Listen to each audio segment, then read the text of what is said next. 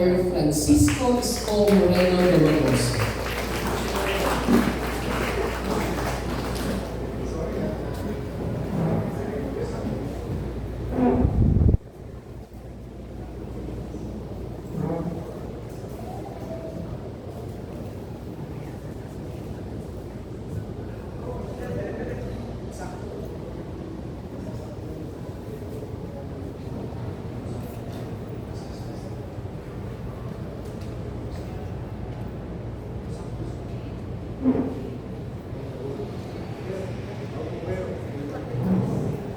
Maaari po tayo po. Magandang umaga po sa ating lahat. Welcome here at Bulwagang Katipunan, the office of our Honorable Mayor Francisco Isko Moreno Dumagoso. Sa ngalan po ng City Government of Manila, sa pangunguna ng Public Employment Service Office o ang PESO at ng Overseas Workers Welfare Administration or OWA, malugod po namin kayong binabati para sa mahalagang seremonyang ito, the signing of the Memorandum of Agreement on the establishment of the OFW Help Desk. Magpalakpakan naman po. Ang programa ito ay isang makabuluhang hakbang upang higit pang mailapit ang mga serbisyo ng pamahalaan sa ating mga overseas Filipino workers at kanilang mga pamilya sa lungsod ng Maynila. Sa pamamagitan ng OFW Help Desk, mas magiging madali ang pag-access sa impormasyon, assistance, referral services, at iba't ibang programa para sa kapakanan ng ating mga modern-day heroes. We have this morning our representatives from OWA, our OWA Administrator, Attorney Patricia Yvonne M. Kaunan, OWA Deputy Administrator, Ms. Rosalia Susana Bahia Katapang. OWA NCR, Ms. Maria Teresa D. Capa, Director 2. OIC, Director Regional Operations Coordinating Service, Ms. Mona Lisa Samson. Our Acting Chief Advocacy Social Marketing Division, Ms. Sheila May Aguilar. And our Acting Chief Programs and Service Division, Ms. Annalisa Estrada. We also have our PESO Acting Manager, Mr. John Hiroshi F. Umeda Jr. Sa lahat ng ating mga panauhin, opisyal ng pamahalaan, mga kinatawan ng iba't ibang tanggapan at lalo na po sa ating mga OFWs at sa kanilang mga pamilya, maraming salamat po sa inyong pagdalo. At upang simulan ng ating programa, inanihan ko po ang lahat na tumayo para sa ating opening prayer, followed by the Philippine National Anthem.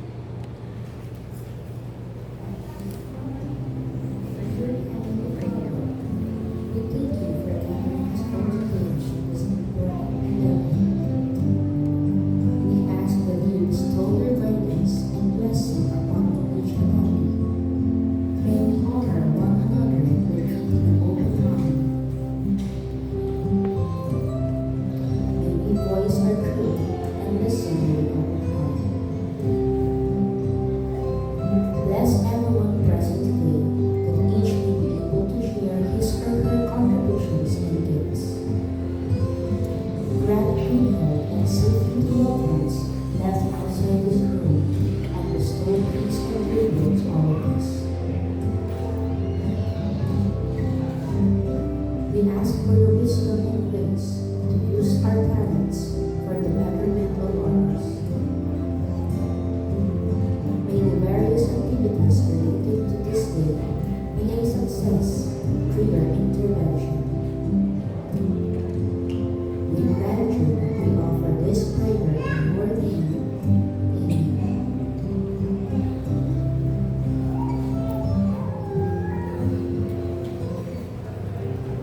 Umaga po sa ating lahat. Maaari po ba kayo makarinig ng isang malakas na palakpakan? Bilang pagpapatuloy, ngayon po ay ating masasaksihan ang signing ceremony on the establishment of the OFW Help Desk sa pagitan ng City Government of Manila at ng Overseas Workers Welfare Administration o OWA. At kasama na rin po natin ang ating butihing Vice Alcalde, Vice Mayor Angela Lane Chief Atienza. At upang pamunahan po ang ating pong signing ceremony, saksihan po natin, syempre andyan po ang ating minamahal na punong lungsod at ang ating attorney Patricia Yvonne M. Kaunan, our administrator of OWA.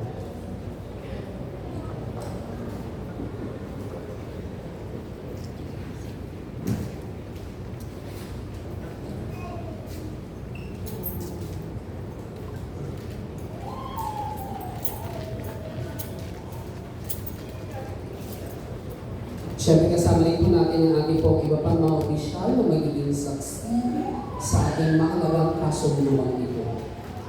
Ang kasunduan ito po ay sumasalamin sa matatag na ugnayan ng lokal na pamahalaan at ng OWA upang mas mapalawak ang serbisyo at suporta para sa ating mga OFWs at kanilang mga pamilya.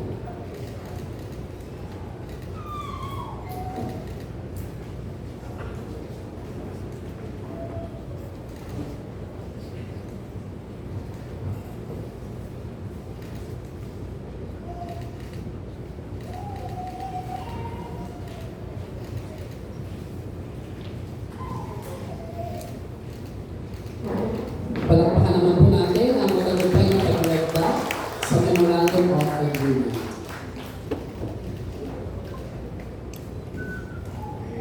Maraming salamat po. At upang ibahagi ang kanyang mensahe ng suporta at commitment para sa ating mga OFWs, isang mainit na palakpakan po para sa ating butihing punong lungsod, Honorable Francisco Isko Moreno Domagoso. Magandang umaga po sa ating mga bisita, lalong-lalo na sa ating mga OFW at particular na rin sa Maynila. At siyempre ang ating partner sa national government, ang OWA, Administrator Patricia Yvonne Kaunan, at ang kanyang mga kasamaan na kawani ng national government under OWA. At yung mga may surpresa sa inyong OWA today. Ito yung natutuwa kami sapagkat kakaroon na ng help desk ang OWA sa lungsod ng Manila.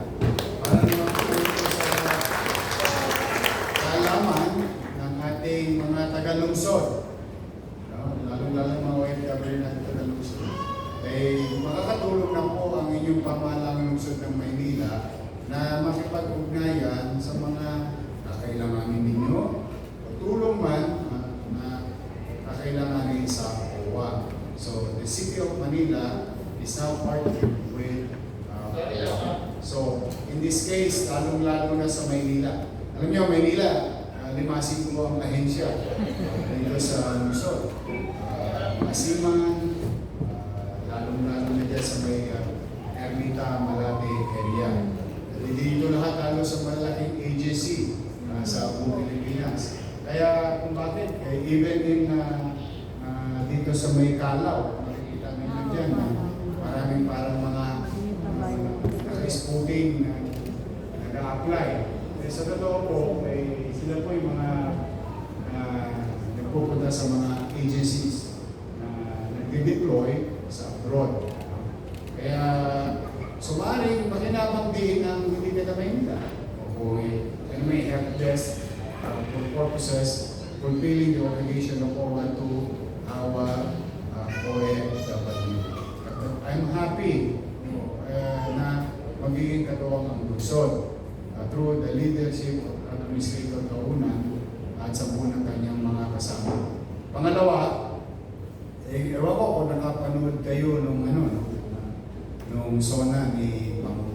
Diba, may mga binanggit siya doon na tulong para sa mga OFW na umuwi.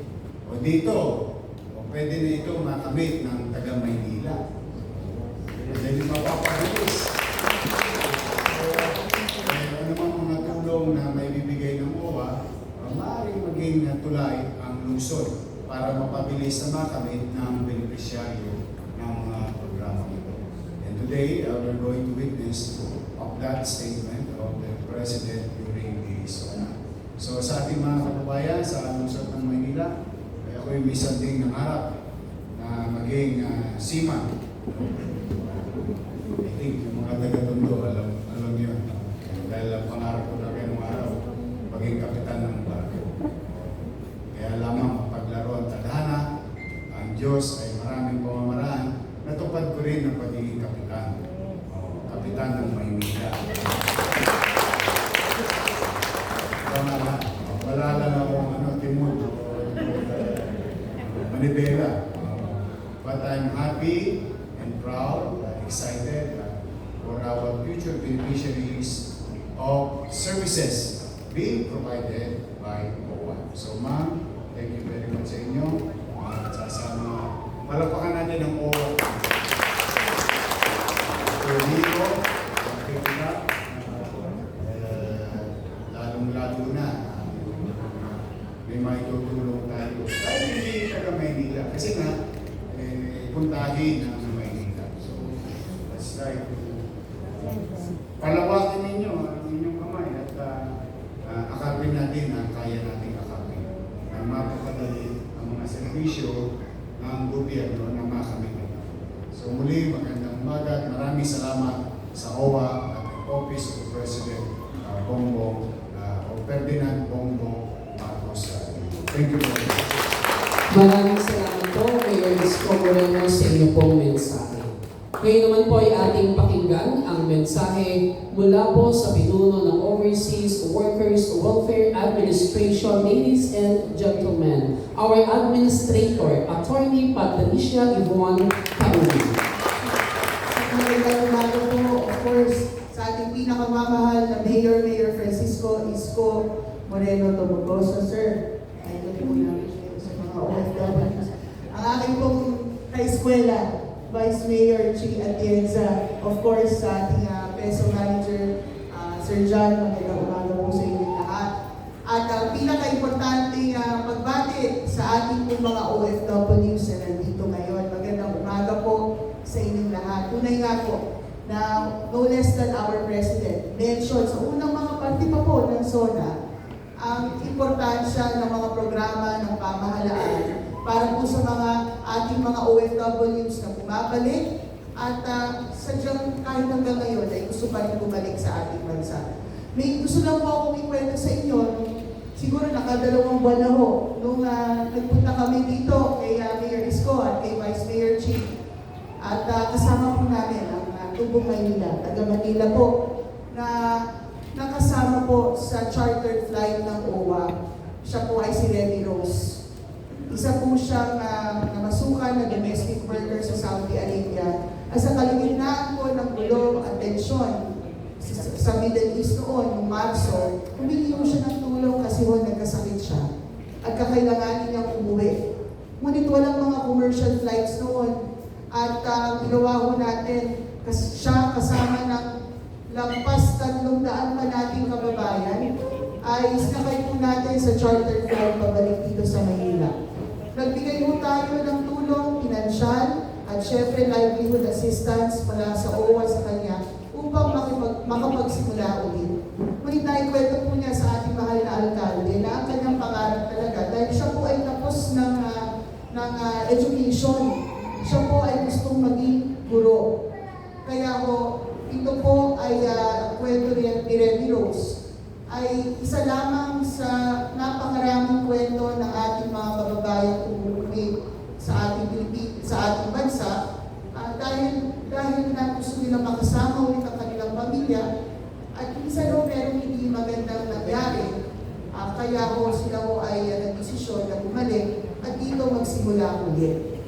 Alam niyo po, sa tulong po ng iba't ibang ahensya ng gobyerno sa direktiba ng ating mahal na Pangulo ay 106 po na taga Maynila ang naiuwi ng OWA mula sa pagsilangan. Pero sa kahit anong, siguro sa experience po namin mayor ng OWA during the COVID pandemic. Ang mas mahirap na tanong is hindi yung paano sila umuwi, kundi anong gagawin nila sa kanilang pagbalik.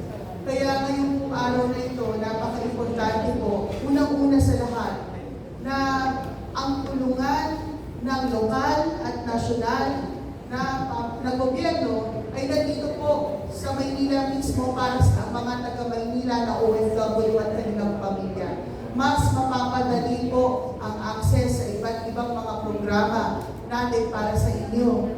Isa lang po ang livelihood, pero kung maikwento ko po sa inyo, first time po ito, Mayor, hindi ko pa po na-mention sa inyo, pero kasi niluluto pa po ni RB, ni Dear Mater. Ang original pong opisina ng OWA ay nasa Intramuros. Kasi po dati po kami po ay katuwang ng Department of Labor and Employment.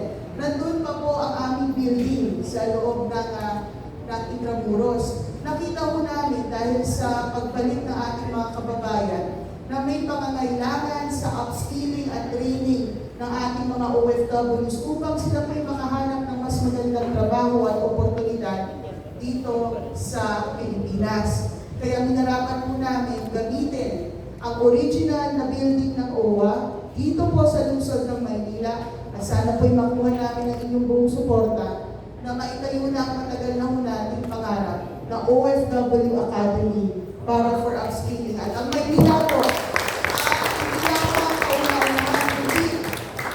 Dito po dapat natin simulan itong upskilling program. Kapartner po natin dito, of course, ang TESDA. At ito po ay makakapagsilbi sa mga taga-Maynila at saka sa mga iba pa pong lungsod. Ano po ba ito? Hindi lamang po training ang bigay nito dahil marami naman yung training center. Tama po? Kasama po sa training ang employment facilitation kung kayo po ay gusto pa mag-abroad or dito. At kasama rin po dito ang tulong para sa startup capital o livelihood assistance para naman ho sa mga gusto magsimula ulit ng negosyo. Ang maganda po dito, hindi po ito limitado sa mga aktibong miyembro ng OWA, kahit mga dati pong OFW, kahit po mga anak ng mga OFW ay pwede pong pumasok dito sa ating OFW Academy sa lungsod ng Maynila.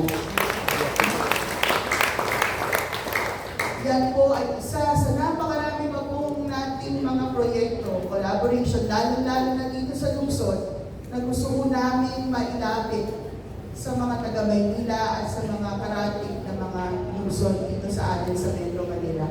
Kaya kami po ay kampante at natutuwa sa suporta po ng ating mahal na alkalde, kasama po ng mga opisyales sa lungsod, na lalo po natin mapapalapit at mapapaganda ang mga programa para sa OFWs at lalong-lalo na po, ito medyo special po sa amin, ang mga anak ng OFWs. Patuloy niyo po maaasahan na lalo po namin pararamihin pa ang mga OWA scholars ng mga anak ng OFWs para lalo po silang matutulungan sa pagtatapos ng kanilang kolehiyo at sa kanilang pong pagkamit ng kanilang mga pangarap. Katulad po namin, si Mayor ko, ang pangarap niya maging kapitan, ngayon ay kapitan ng Maynila. Ako naman dati, ang pangarap ko maging astronaut. Siguro nga po ganun ang tadhana, hindi yung rocket ship ang aking sinasakyan, kundi ito pong pagtulong para sa ating mga kababayang OFW, makamit ang mga pangarap nila. At yun po ay maraming salamat at thank you very much po. Maraming salamat po, Administrator Kaunan, sa inyong pong mensahe at sa patuloy ninyong pagsuporta sa kapakanan ng ating mga OFWs. Sa ating pong pagpapatuloy, photoshoot po for the awardee of Balik Pinas, Balik Hanap Buhay Program Livelihood Checks. Tawagin po natin yung pong ating mga awardees.